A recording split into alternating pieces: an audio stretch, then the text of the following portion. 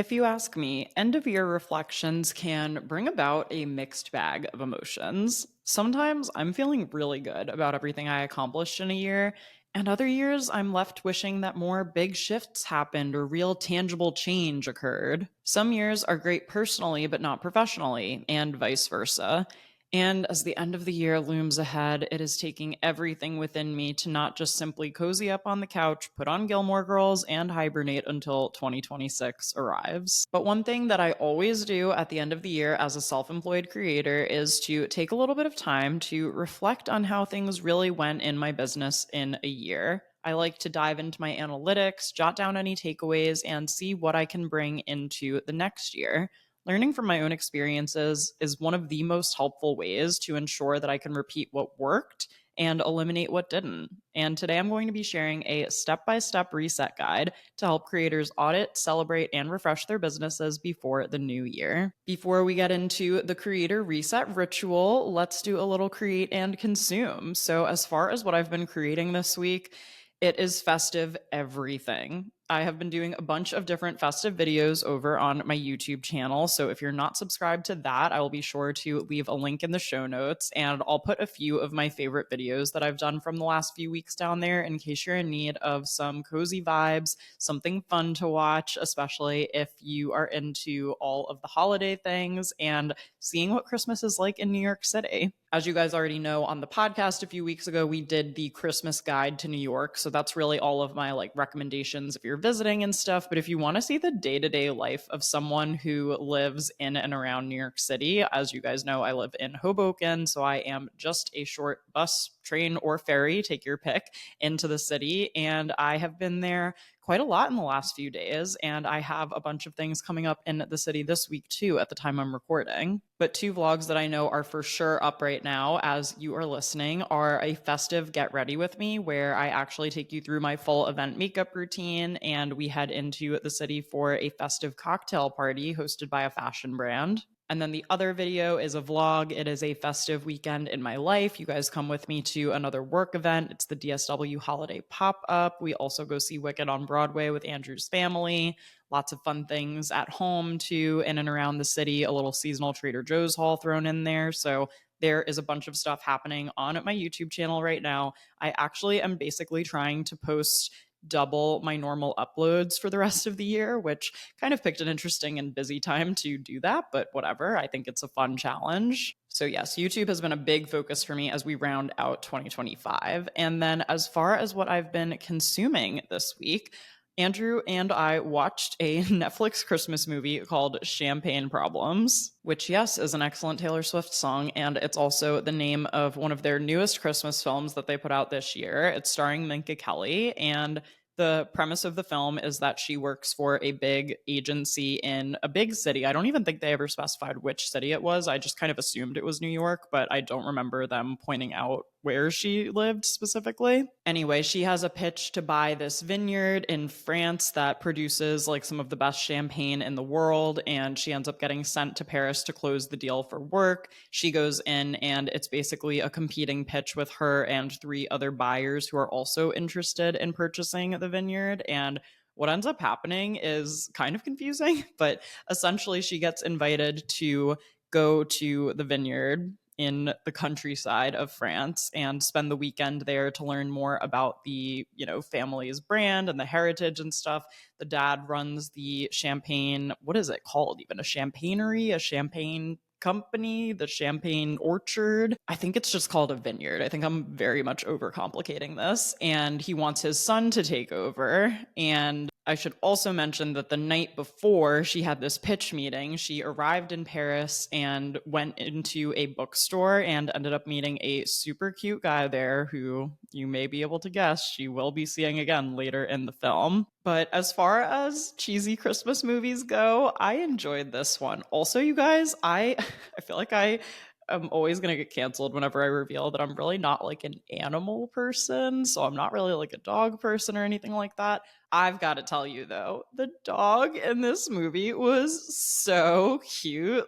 Every time the dog was on the screen, I just broke out into a full smile. I was like, what is happening to me right now? Christmas in France, romance, a cute dog, cozy romantic bookshop. I mean, this had all the right vibes. I thought it was a very fun, lighthearted watch, especially for this time of year.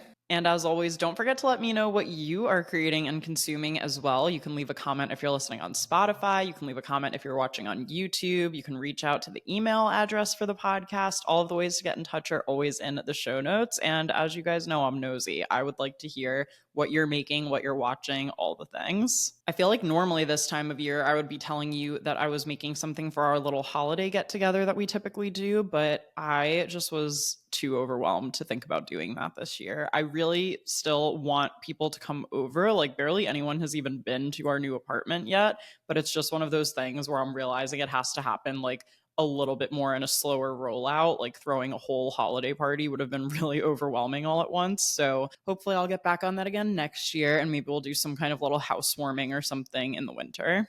Let's get into conducting an end of year reset as a creator. And I also want to say, I always approach these things from the perspective of being a content creator, which is what I do. It's what I've done for the last 4.5 years full time and over a decade before that.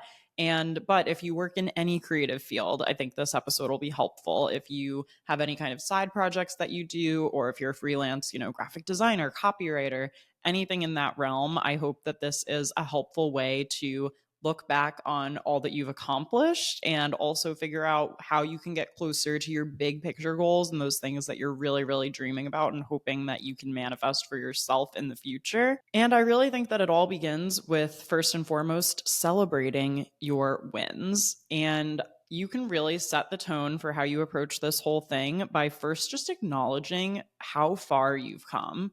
Like, even if you feel as though your January self would be a little underwhelmed with how you ended the year, think back to yourself from 2 years ago or 3 years ago. Or I always like to think back to like 18-year-old Austin looking at what I'm doing today at 31. She would be like blown away by everything that I've done. And I think that is one way that I've started to measure success as I've gotten older in my life, is making my younger self proud and also just doing the best I can with the circumstances of any given year that I'm living through. Because as much as we can plan and as much as we can have things that we want to accomplish, there are just some years or some seasons of life where life is happening and you have to deal with that first before you can get back to, your ultimate plan of world domination. So even if you didn't make all of your goals come true this year, you still made progress. You still took steps towards making them happen, even if it wasn't in the way that you initially expected or planned on doing. And I know that you did things this year that are absolutely worth celebrating. So if you already have a goal tracker or a place that you like write down your wins and celebrate your wins, I would say go back and revisit it and try to find at least one win from each month this year to celebrate and really go back in and acknowledge. So for me, I use my own Notion goals and planning hub where I set my goals for the year and I also track my progress throughout the year. So I can basically pop into any end of month review page and pick out my top win from the month so that when I look back, I have a list of like 12 big wins from the year. And I feel like that's always such a great starting point just to see that all together. So this is why I really recommend tracking your goals and tracking your progress. If you guys want to use the exact template that I use in Notion to do this, I will leave a link to it in the show notes. I have, ever since I created this system for myself, I really just feel so much more legit. I find it really helpful to go back and like review progress and see what actually got done. And if you didn't end up taking notes this year and you didn't get that specific, that's okay too. I would say even go back and try to think about one big win from each quarter of the year. So I divide the quarters, January through March is Q1, April through June is Q2, July through September is Q3, October through December is Q4. I think fiscally, like technically speaking, Q4 may include September as well. Never really fully sure about that. But in my head, I split the year into quarters in 3-month groups starting with January. So that's how I get my quarter system, if that makes sense. And you can also go back and just look through your calendar, like whichever calendar you use, to acknowledge big events, life milestones, or any other accomplishments or things that may have appeared just in your calendar throughout the year. If you need a little inspiration or you're having trouble thinking of things, here are a few examples of big milestones or accomplishments for creators that you could think back on from the year. So maybe you've worked with a brand that you've always wanted to work with for the first time. Maybe you were able to show up consistently on a platform. I know that for me, showing up weekly for the podcast is something that's really, really important to me and something that I always try to plan ahead on. I never like to leave you guys hanging and skip a week or miss an episode because for me, when I don't get exactly what I'm expecting from a weekly podcast at the time I'm expecting it, I can end up a little disappointed. So I try to make sure that I'm super consistent, especially on this platform, also on YouTube. My blog maybe has fell by the wayside a tiny bit this year, but I have good ideas and plans to make sure that I can be more consistent with that in 2026. Maybe you've learned a new skill, editing software, or smart way to read or track your metrics. So maybe you've set up a new accounting system or invoicing system. Maybe you finally learned how to use CapCut to do all of the transitions that you've wanted to use, or maybe you taught yourself how to use Instagram edits. If you have, can you give me a tutorial? I'm playing around with edits a little bit and I understand the benefits of using it, but I have experienced a couple of glitches while I've been using it too. And so that's kind of made me hesitant to fully commit to it and try it out more. Maybe you finally learned how to utilize the settings on your camera. Maybe you have learned how to master still photography. Maybe you've learned how to use an AI tool to totally streamline and simplify your life. Another win could be that you've started a new content format or platform. Maybe you started a new signature series that's been helping you grow or that's just bringing you joy. One signature series that I just recently started, and of course, I've done 2 episodes and then haven't filmed a third one at the time I'm recording this yet, just because it involves a lot more planning and coordination, is Date Night Passport, where Andrew and I go out to dinner and we try different cuisines from around the world. So that is something that we like to do just to get out of our comfort zone, try and support more local restaurants and local businesses, try things that maybe we wouldn't normally try just because we, have our favorite foods and everything and favorite restaurants, obviously, here in Hoboken too. And in New York, of course, where we lived, for years before we moved here. Maybe hitting a new revenue milestone. That could be something to celebrate too. Walking away from a project that didn't value you. I think stuff like that counts as wins just as much as the tangible things that did happen do. Did that make sense? I think so. Maybe a brand approached you with a fat check, but they wanted you to do something that just felt totally inauthentic or off brand to you. Even saying no to stuff like that, I consider to be a win for creators. Maybe you're a writer and you're trying to publicize a new book and your agent wants you to get on TikTok, but you're seeing more success on Substack and you don't really like the vibe of TikTok. Even saying no to stuff like that and sticking to your guns, I consider that a win. I've especially noticed as I've gotten older, my BS tolerance is a lot lower. So if there is someone who reaches out to me and I can just tell right from the jump that it's not going to be mutually beneficial for me to entertain the idea or even respond to the email, I feel like I have a much better radar now for what's real, what's legitimate, and what's going to be a great mutual partnership and what is someone trying to take advantage of a content creator. And as a reminder, the small wins, I believe, are really the building blocks of long term growth because as you continue to compile those small wins, they are going to compound over time and get bigger and bigger and ultimately get you to what those bigger goals are. And I also think that when it comes to setting goals, it's a lot more helpful, at least in terms of what you can control, to figure out what your input goals are versus your output goals. One thing that I would personally change about the way that I set goals from last year was I had a couple of vague goals, which normally I don't do that. I kind of just thought it would be helpful to have a few things on my radar. One of those goals was grow the podcast, for example, but I didn't necessarily have too many other action steps behind that in terms of what I really wanted to do step by step by step to grow, quote unquote, the podcast. If anything, my goal should have been maintain the podcast, make sure I get my weekly episodes out, make sure each episode has a blog post published with it, and make sure that I'm publishing 2 clips for each episode on social media. And obviously, hiring a virtual assistant has been one way that I've been able to maintain the promotional side of it, and then me sitting down to record these weekly episodes, making sure I'm crafting outlines that feel, at least somewhat thoughtful and cohesive, even though we can go on tangents, as you guys know if you've listened for a while. Because right now, even though like I do want to grow listenership, obviously, I don't know why anyone would start a podcast if that's not really the goal. I still feel like I've had a successful year with the podcast in the sense that, like I said, I've maintained, I've showed up, I've continued to try slightly different formats and different topics. I like seeing what you guys like listening to. I wish I had more analytics even from Spotify for creators, because I can see that I'm getting found in search, but I can't see what those search terms are. So just little things like that. I mean, those may be things that in the future I could implement in terms of growth.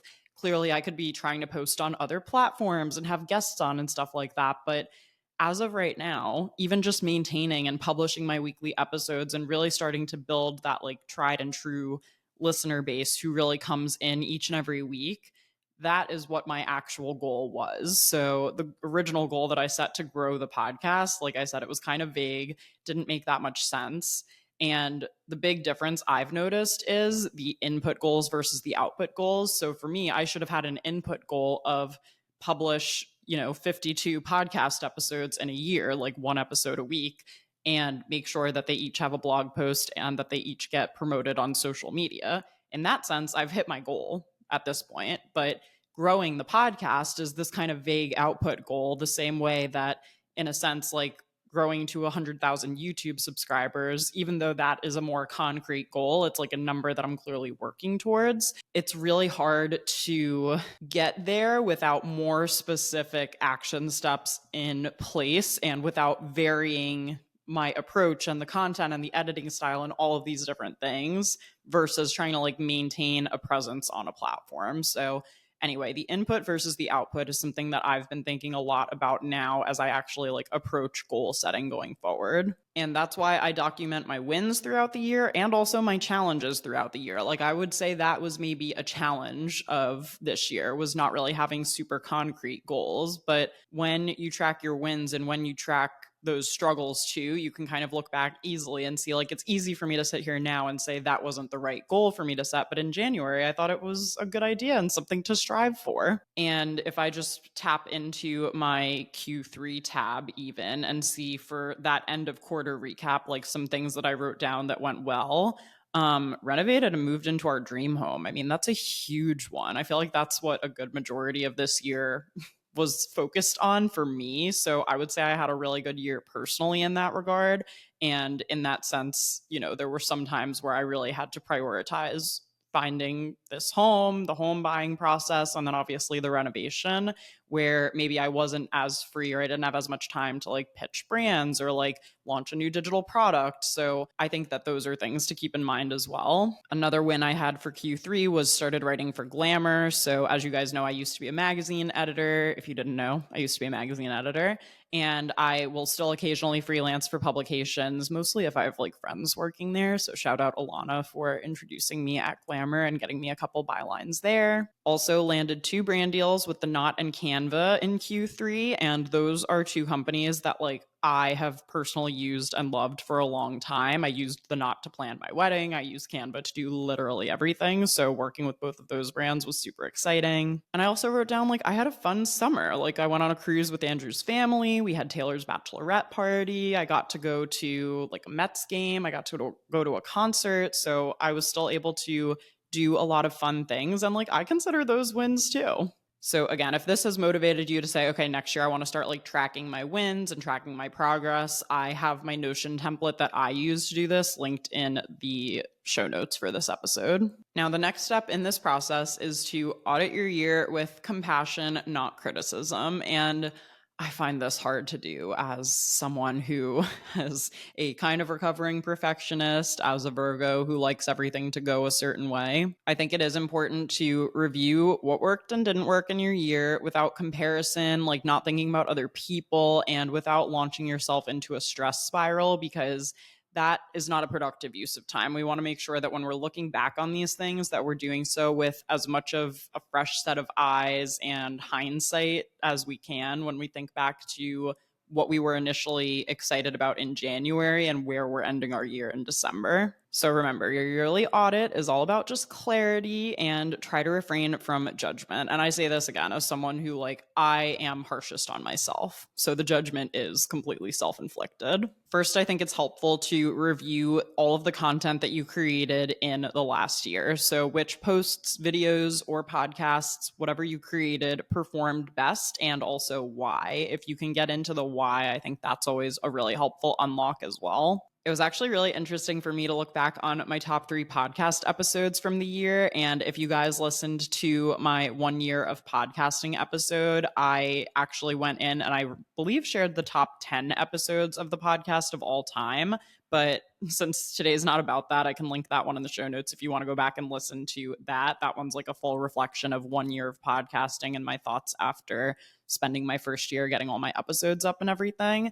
But as of the end of 2025, my top 3 podcast episodes are my Met Gala breakdown. That is number 1 by far across the board. Randomly, my Sephora sales shopping guide. I was surprised by that one because that one was essentially just like a recommendations list where I got to chat about my favorite makeup products. Like the fact that that came into the top 3 for episodes is really cool, I think, because I just was like, oh my gosh, the Sephora sales coming up. I feel like this will be a good one for like my core listenership. I wasn't necessarily expecting that one to get discovered as much as it seemed to and bring in potentially new listeners. So if you found me through that episode, hi, thank you for being here. And then number 3 was rules I follow as a self-employed creator. So that's another reason that I even wanted to throw in this episode at the end of the year.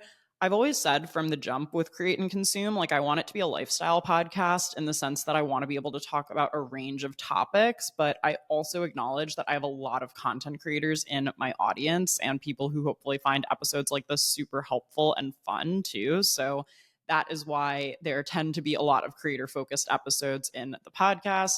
If you more so listen for the lifestyle episodes and pop in from time to time on the creator episodes to hear the behind the scenes, I hope you find them enjoyable. And since we are at the end of the year, if you guys truly have any feedback on like your favorite episode from the year or an episode you would love to see from me in the future, please, please, please reach out. I read and reply to as many of the comments and emails and things as I get, because I actually find it super helpful when you guys let me know what you like listening to the most. And then kind of in a similar vein, my top 3 YouTube videos from the last year were actually a pack with me for a girls trip. I made that video so early in the year because I was packing for Nora's bachelorette weekend, which was like the 3rd weekend in January. But people really seemed to enjoy that one. And I also talked more about like my luggage and packing tips and stuff. So I think that kind of vlog style format, but with like helpful tutorial videos, does well for me on YouTube. Same with my Sony vlog camera review. I did a review of my vlog camera after using it for 6 months. And I really tried to document like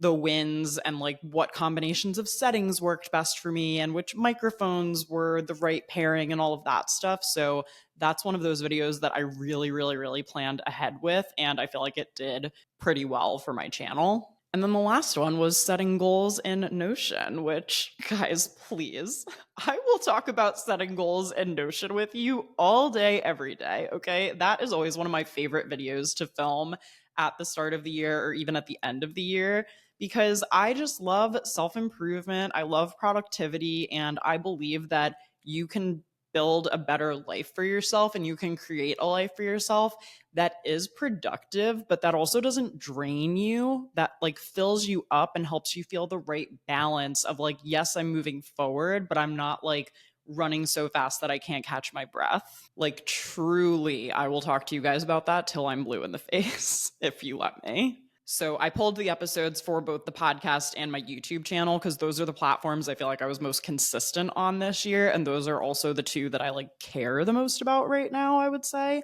And from there, I also tried to like branch out a little bit into other platforms and look at which topics my audience was most interested in. So some of the big ones were organization and home DIY hacks, or where to buy home accessories and decorations and things like that. I obviously, like I said, we bought our first home this year and moved. We bought an apartment in Hoboken, and I'm so, so happy to still be living here in Hoboken and to be a homeowner, which I wasn't even sure if it was going to be possible. And like all the cards or all the stars, all the cards lined up. Why would I say all the cards lined up though? All the stars lined up. It was in the cards, maybe? Like, is that a saying? I think I just totally mixed metaphors there. What I'm trying to say is it all ended up working out, which I'm really, really, really happy and grateful for. And I also just loved sharing that process with everyone as well. I feel like for that, there was so much that I was filming before I announced that like we had become homeowners and that we were moving. So there was kind of a lot in the background there. And I still feel like I have before and after footage that I haven't even like fully shared yet. So I want to make sure I continue to kind of like repurpose stuff like that into 2026 too and share more on those topics. Also, shopping guides seem to do well. Product reviews, like the vlog camera video, that one was really well received by my audience. And I've also just noticed like general tips that like save time or money. Everything is so expensive. Everyone feels so overbooked and overscheduled. So, anytime, like from creator to creator, if you're listening to this and you are a content creator, anytime you can give your audience like any little hack of like, this will save you money or this will save you time. I don't know about them, but I am fully tuned in on stuff like that. And I feel like I tend to see good ROI on videos like that where I really am able to provide value. And also, which content formats were the most fun for you? I think unsurprisingly, I am a little burned out with short form video, as are lots of people, even though I'm literally filming like a short form vlog day in my life today for Instagram. I can link that in the show notes because that'll definitely be up by the time this episode is live. But I don't know. I've also really been enjoying carousels on Instagram. Again, I can't edit them like in Instagram because it's very glitchy, but I'll do it like in Canva and then import a carousel with some text on screen so that people can swipe through. I've also really been enjoying threads as a more casual way to like share opinions and connect with other people in my industry. And then podcast episodes and vlogs, like I already talked about. Those are kind of my long form sweet spots where I like to hang out and spend a lot of time. Another thing I would look to audit is how you spent your time in a year. So, trying to figure out any work that drained you versus work that energized you, and thinking about if there's any way to reduce the amount of time that you're spending on those tasks that drain you, or potentially start outsourcing in a sense. Even though I am a self-employed creator, and as far as like my LLC and the government is concerned, I'm a team of one. I do occasionally outsource some things to contractors too. So one contractor that I've had for a little over a year now is influencer SEO, and they help me optimize my blog posts for SEO after I've written them. So I already do a good amount of like SEO keyword research and things like that. I feel like I know how to write for search engine discoverability without losing all like emotion and nuance and sounding totally robotic. But what I like about them is they go in and kind of do even more of like an underlayer of stuff for me, more behind the scenes stuff that like I don't even always get to, such as adding metadata, alt text, tags, extra headers and things like that, so that when search engines crawl my website, it's way faster for them to understand what my content's about and then recommend it to the right people. So I'm working with them, like I said, for a little over a year, and that's been super helpful. Also, one of my goals for this year was to hire a virtual assistant for my podcast, which I did. So it's been really helpful having someone help me out, even just a few hours a week, like I said, with publishing those blog posts that we do for each episode, and also selecting the short form clips for the episode and creating captions for those and getting them scheduled out. So, and I always say to creators, like, you can get help even just for a couple of hours a week if you are first starting out. You don't necessarily have to go hire a brand new team member or like feel like you have to cover someone's complete salary. Like, even a couple of hours here and there. People are often looking for work and things to pick up and ways to work with other creators. So that can be a really great way to work with some new people and get a little bit of extra help in your business if you find that there are those tasks that not only drain you, but don't feel like a good use of your time. And also try to see if you can find any evidence or information about how much of your time went to admin versus actually creating. One of the big reasons I found outsourcing so helpful is also because it gives me time back to big picture stuff. It gives me more time to think about and write thoughtful podcast outlines when I'm not necessarily the one scheduling all of the clips for the episodes that week. Like, it just gives me a bit more of a trade-off. It gives me some time back in my schedule. Also, my business as a content creator is very seasonal. This is a very kind of like hectic and busy time for me, mostly with brand deals and events, but that means that come January, I'm going to have a little bit more downtime to potentially do some more behind the scenes work, brainstorming, outline drafting, and things like that. Also, if you can, audit your mindset. And what I mean by that is think about how you approach your business and if there are things that you assign too much value to, if there are things that you could be doing faster or even just skipping entirely if you don't feel like they're serving you. I think that so much of it starts with your mindset, how you talk to yourself, how you approach your goals, and how you approach your content. And it's really, really hard to do this in like a bubble or a vacuum and just focus on you when we are in such a competitive industry and you're constantly comparing yourself to other creators. So you can think back on how you handled challenges this year compared to past years. Also, if you've learned anything about your pace and how long it takes you to do things, I think that's a really valuable piece of information. And I think one thing that I can say about myself, even when I go back and look at the 3 YouTube videos that did the best for me this year, all of those had a plan behind them. All of those had, like, I knew what the thumbnail was before I even made the video. They had really thought through outlines that hopefully made the video one that would encourage retention, encourage people to keep watching. Whereas sometimes I'll film a video and feel like I don't have that much time or I just want to get something up that week and maybe it doesn't do as well. So I know for me, I have the tendency too to like pack my to-do list with a million tasks, but like for me, creating the quality content really does take time. So even having a more realistic understanding of my schedule and my capacity for any given week, which again is hard sometimes when you're a self-employed creator and it's like, okay, you could take all day long to make something beautiful and artistic, but also you need to make money. So there's always that balance. I just think that I also set myself up for more successful work weeks and better work days when I give myself a few specific tasks in a given day versus trying to overload my to-do list with like trying to get a whole week's worth of stuff done on one day and then having to move all those tasks to the next day and to the next day and so on. Like, for example, today I wanted to batch record 2 podcast episodes. This is the second episode right now that I'm doing. And I also wanted to do my laundry. So my laundry is done. It just has to be folded. I also need to pop out to Trader Joe's to get a couple of groceries for the week. And then I'm going to start to edit the first podcast episode. Like, that's such a more realistic mix, obviously, of like personal and work things. And, I also still replied to some Instagram comments in the meantime and answered some emails, but like the big, big tasks that I really needed to do for today got done. Also, under the umbrella of auditing your mindset, I think it's really interesting and helpful to think about how you approach failure. And I'm actually going to link an episode of Colin and Samir's podcast. And this is actually a talk that I got to see in person when I went to Press Publish NYC, which was the event they did back in September. They interviewed Stephen Bartlett, who is the host of the Diary of a CEO podcast.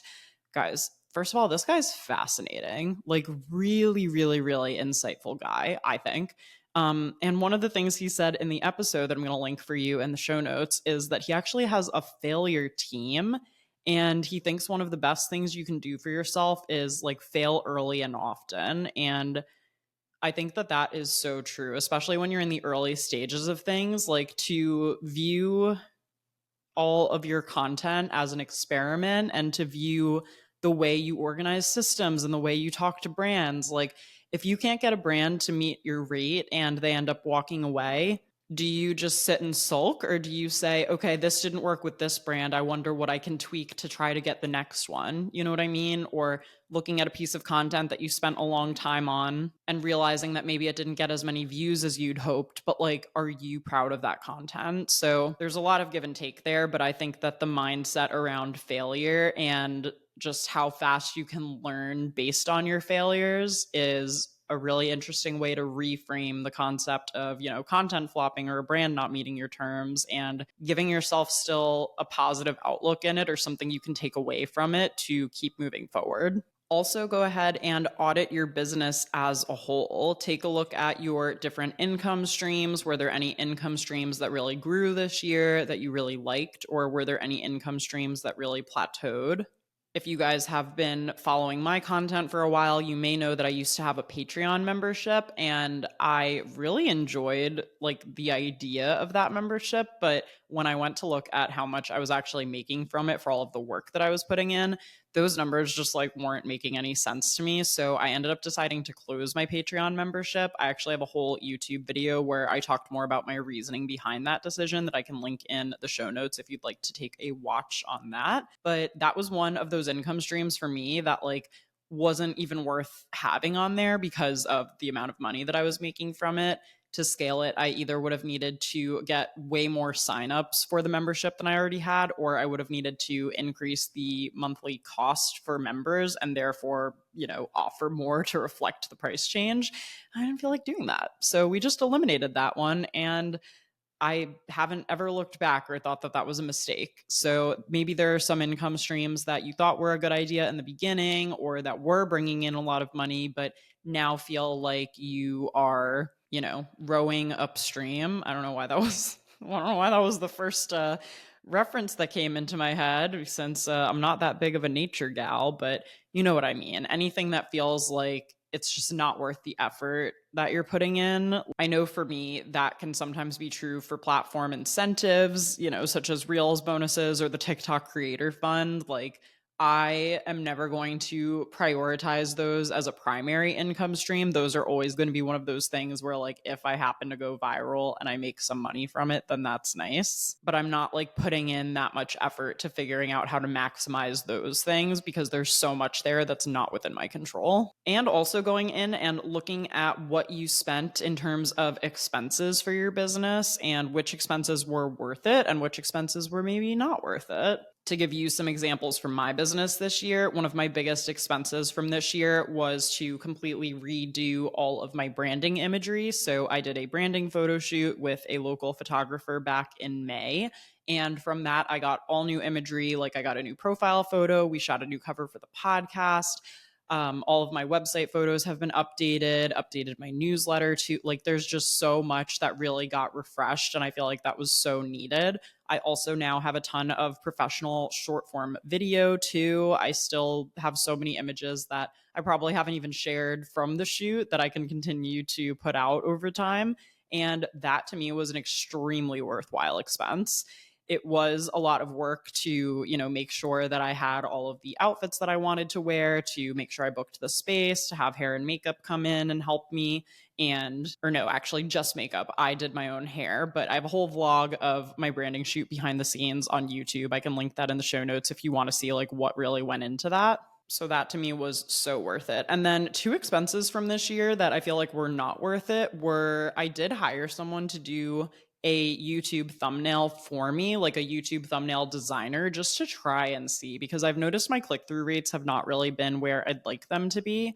And I thought I would just try like outsourcing for one video.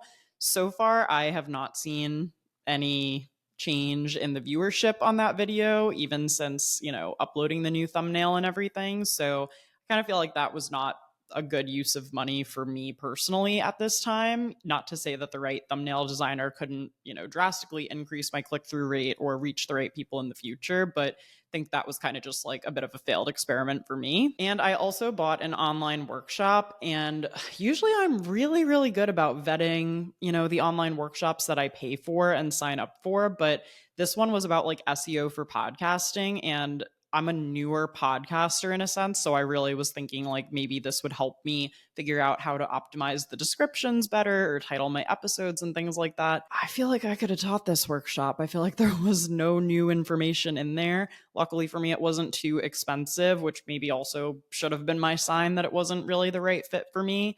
It wasn't really that high level. It was very basic stuff. So again, that was not a great use of money this year. And you know what? Now I know I'm not going to purchase more workshops from that person. Not to say that their workshops can't help someone who is, much newer and knows nothing about that topic. But yeah, that just was not for me.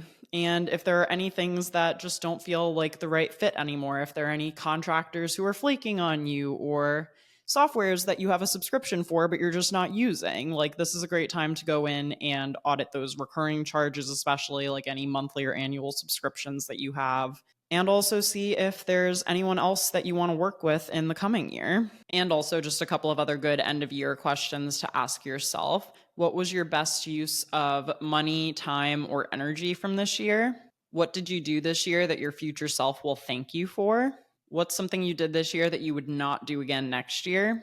And if you could redo this year, what one thing would you change or do differently? And now I wanted to share an end of year creator reset checklist. So, this is the part of the episode where if you have a pen, pick it up and take a couple of notes. If you're somewhere where you can't write things down right now, I am going to leave a copy of my quarterly reset template on Notion, which you can grab for free in the show notes. That will have a lot of these tasks listed on there. And that way you can just go through step by step and refer back to it throughout the reset process. I always recommend doing a digital declutter. So, cleaning out your camera roll, deleting any duplicate photos, and also formatting any memory cards, making sure that you have any footage backed up, just giving yourself a fresh slate and getting rid of any content that is not worth holding on to for some reason. Also, this is a really helpful time of year to organize footage into labeled folders.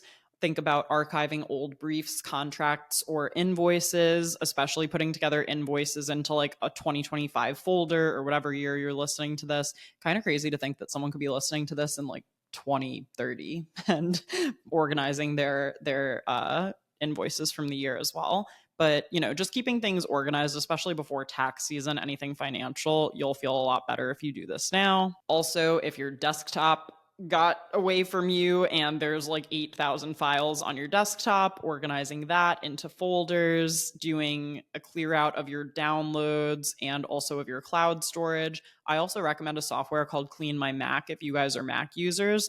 I feel like this thing always finds just like random gigabytes of junk that I'm not actually using. So I always like to give myself a fresh little slate. In that sense, I'll leave a link to Clean My Mac in the show notes. Oh, and also go in and unsubscribe from any emails that no longer serve you. I feel like I've ended up on so many random marketing emails this year. I also personally, though, have gotten myself on many Substack lists, which was my choice, but maybe there are a couple that I could probably unsubscribe from at this point. I also find that this is a good time of year to refresh all of your creator assets. And by that, I mean update your media kit if you haven't in a long time, or if your media kit is, on your website, updating that, updating your portfolio, adding in any new campaigns or photos or recent behind the scenes. Also, if you have any testimonials from brands that you've worked with, adding those to your media kit, I think can be a really helpful thing to do and gather this time of year. Revisit your rate sheet or pricing guide and raise your rates if needed. Refresh your bio across all platforms. This is a great time to revisit your bio on all of your socials, also the about page copy of your website. I always try to check in on these things every quarter. Some quarters I remember, some I don't. So the end of the year is a great time to catch any information that's outdated or add anything new that you've done, new brands you've worked with, new press features, anything like that. And also updating your LTK or Amazon storefront or ShopMy, whichever affiliate platform you use. It's also a great time of year to make sure that the items that you get asked most about are linked front and center, or the things that you use the most in your vlogs are all easy to find in one place. I think that people actually really do use these features and these tools to shop content. So making it as easy for them as possible to find what they're looking for. And then this is also where I think you can do the beginning stages of some goal planning and essentially just start jotting down some ideas for a content or strategy reset as you enter the new year. For me personally, some stuff that I like to do is revisit my niche or content pillars, make sure that the main things that I'm posting about still feel like the right things that I want to be posting about, and make sure that I am trying to distribute and do a decent cadence of like switching between my various niches, especially on short form platforms. Asking if my current content reflects where I am in my life right now, who I am, and the type of digital brand that I want to build online. Identifying 3 platforms or types of content that you want to focus on in the next year. I think it's also helpful to choose your primary content platform, like the one that you want to be most focused on and most committed to no matter what. I would highly suggest making this a long form searchable platform like a YouTube channel, a podcast, a blog, or a Substack newsletter. And then, just very big picture wise, you could start brainstorming some goals for the next year. And the very last thing that I'd suggest doing is to put any important dates on your calendar for next year that you already know about. Any recurring sales like the Sephora sale, the Nordstrom anniversary sale that you might want to plan content around, any personal holidays or vacations. I already know that we have 2 weddings next year that are on my calendar. Already know that they're there. We're not going to make any plans during those weekends. And also, I like to try to slot in a couple of random days off throughout the year that kind of just sneak up on me so that I give myself a bit of a break, because I tend to find that I still end up working even on weekends, even on days that other people have off. So sometimes slotting in those random days is a good way to make sure that you actually do take like a mental health day here and there as a creator. And that brings us to the end of this episode, which is also the last podcast episode of 2025, which is so crazy to think about. So, thank you guys so much for listening this year, for hanging out with me. And I am taking next week off because next week's episode would actually fall on Christmas. And I always take off the last Thursday of December, which is Christmas this year. So, Merry Christmas to those who celebrate. And I will be back with you on the first Thursday of the new year, which, if you can believe it, is going to be January 1st. So we will have a really fun start of year episode come out that day. Be sure to subscribe to the podcast on Apple, Spotify, or YouTube, wherever you're watching or listening. Thank you guys so much for everything this year. I hope you have a wonderful and restful holiday break and a very happy new year. I'll see you all in 2026.